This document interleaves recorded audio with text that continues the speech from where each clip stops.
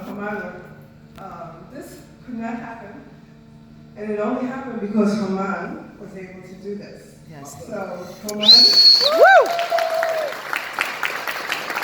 Chip. I was going to say a couple of things because there were some people that were supposed to be here, but unfortunately could not be. My aunt and uncle, or really John's aunt and uncle, they live in Florida, and Agnes is 91, and she would kill me if I said the word dementia, but she does have to. Altered mental status. There you go. I would love for them to be, but please keep them in your prayers. Edna also she was a bridesmaid and a good friend all these years, 50 years. Also, she's getting ready to have an operation, so we really need to keep her in our prayers. And also, my friend Martha, who's a relatively recent friend, but a good friend of about more than 8 years. Her husband has been in ICU, so we really need to say some prayers. Yes. Okay? But on a happier note, I want to thank everybody for coming.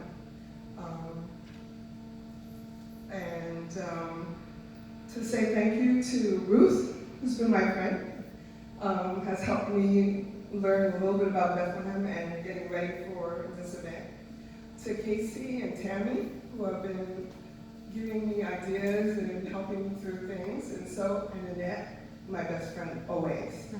And Nina, who's always been there for me, who we text each other and call each other and everything else. And of course, my husband. Thank you so much. Anyway. Good afternoon. Okay. I got that on video. Oh. In 1970, we lived in Laurel, Maryland. And I got the chance to babysit this little boy. His name was Matthew Winston. He was 3 years old. And he used to come to our house, or I used to go to his, but he nicknamed Johnny Funny. So this is dedicated to Johnny Funny. Winston now is probably almost 50 years old. But anyway, starlight, star bright, first star I see tonight. I wish I might, have the wish I wish tonight.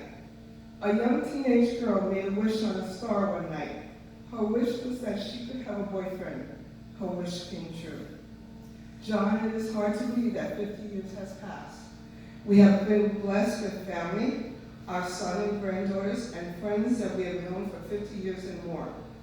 We have had many happy times during our marriage, with the birth of our son, our granddaughters, your graduation from CCNY with a PhD in clinical psychology, my graduation from Lancaster General Hospital as a registered nurse. We have lived in New York City, Yonkers, Texas, Maryland, Pennsylvania, and Florida, and now back in Pennsylvania. We have had sad times with the loss of family and friends, but through it all, we have supported each other with lots of love, patience, lots of laughter, and acceptance for who we are as individuals. Since our first anniversary, we have always asked each other on our anniversary, do we go for another year? A renewal? Okay. We have taken only 1 year at a time for 50 years. Do you want to go for another year? No. Do you want?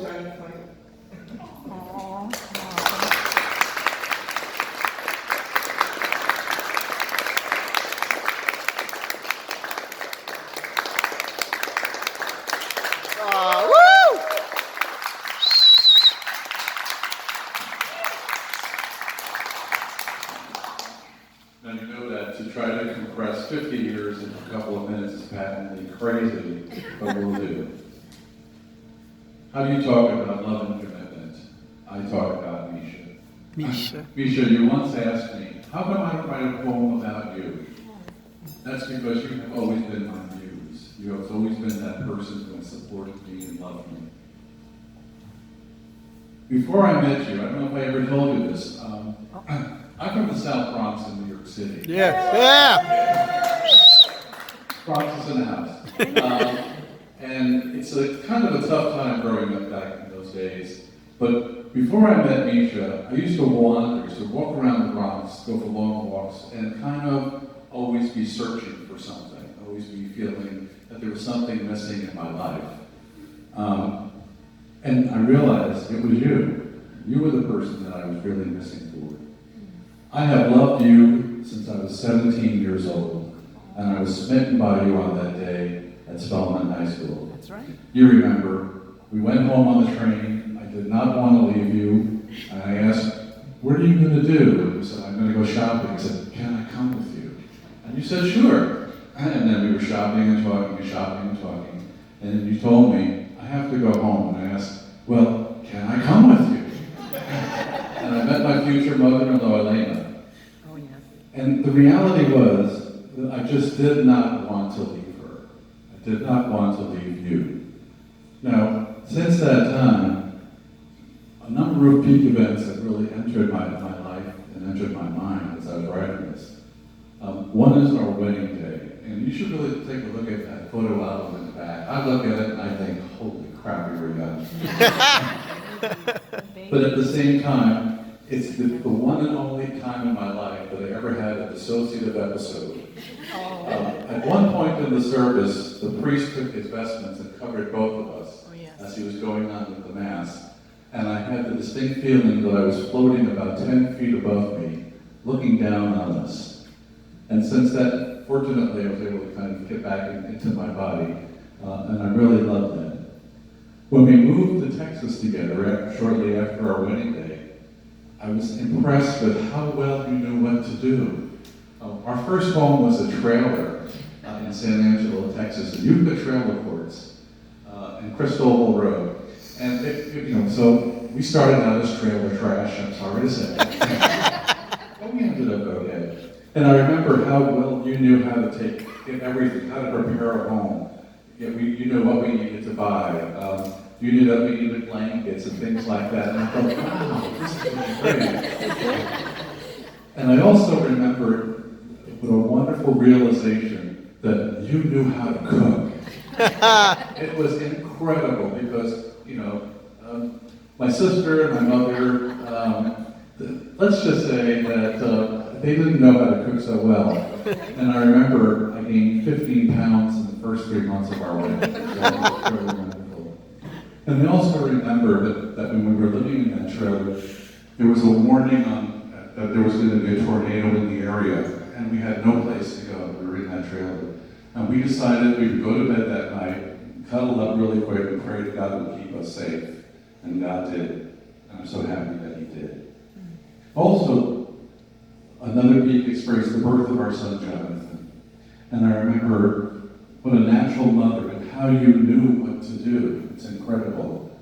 And Jay, I have loved you since you were 20 minutes old. And I've always loved you and I always will. You are one of the high points of my life. In our senior year in college, my senior year in college, I had an opportunity to take a couple of government jobs or to go to graduate school to be a psychologist. Jay was 2 years old at the time, and I thought, I really need to make a decision, and it's got to be something. And I talked to Misha, and she said, what do you want to do? And I looked at her and I said, I really want to be a psychologist. And she said, do it. We can always eat beans for years if we have to. She's always been very supportive. And she talked about me getting my thesis, my doctoral dissertation, but she didn't tell us a story behind that. The story is, I was with my doctoral committee, and we were talking, they were asking me a lot of questions, and I was doing okay. And then one of my professors asked me a question, and I hit the wall. I did not know the answer. And I remember thinking, oh my God, and starting to panic, because the silence was horrific. And then there was a voice that said, can I answer that question? And my wife, Misha, my wife, Martha, actually answered the question that had stumped me. And everybody looked at her, and then I thought, of course. Everything clicked back in, and I was able to successfully continue. So I always said that Misha and I, we prepared my doctoral defense pretty well.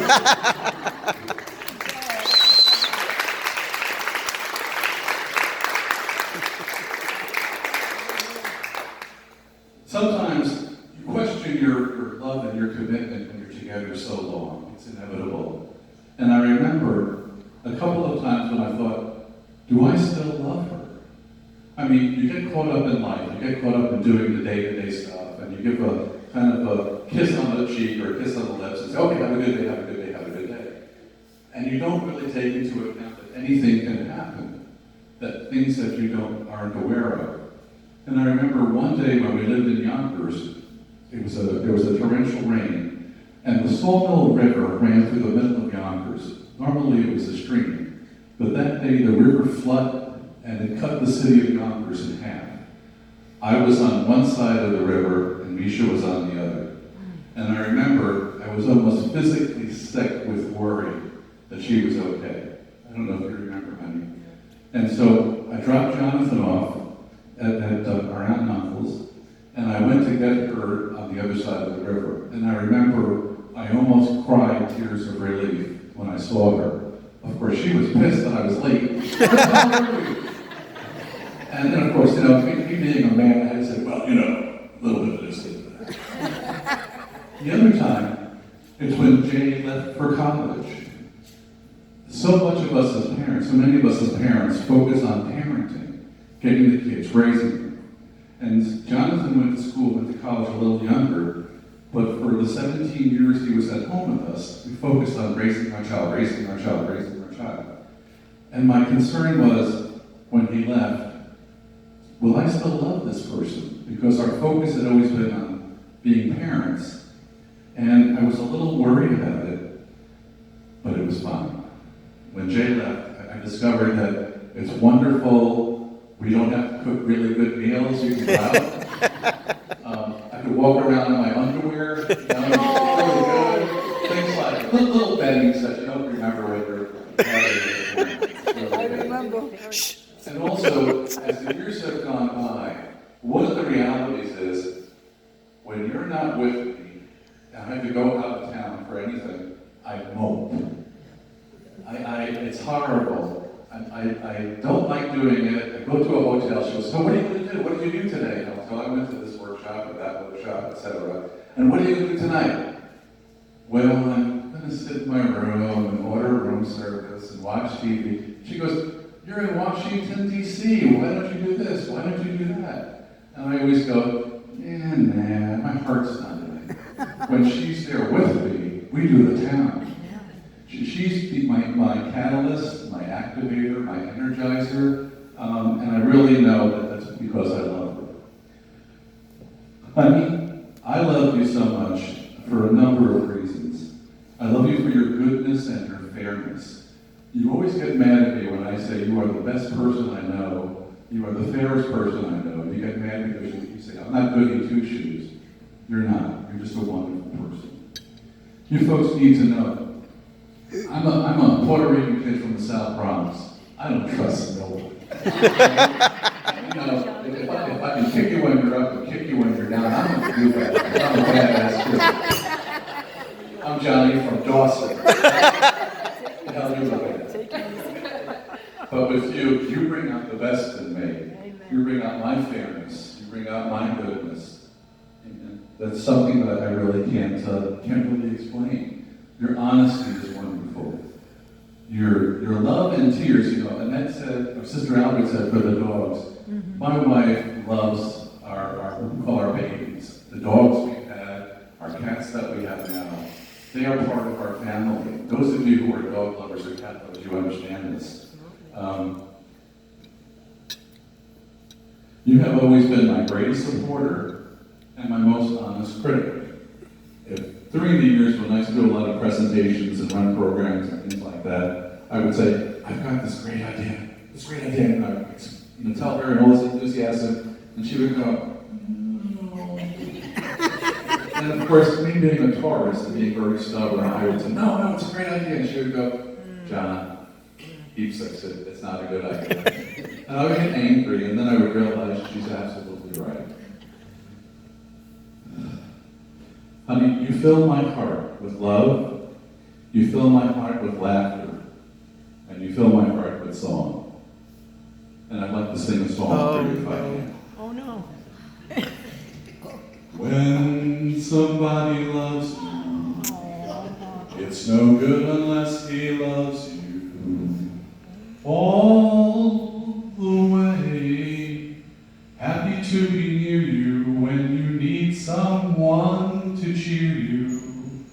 Come what may, taller than the tallest tree is, that's how it's got to feel. Deeper than the deep blue sea is, that's how you'll know when it's real. If somebody loves you, it's no good unless he loves you all the way. Through the thick and lean years and through all those in between years, all the way. Who knows where the road will lead us? Only a fool can say. But if I'm gonna love you, then you know I'm gonna love you all the way, all the way. Woo! Yes! Thank you.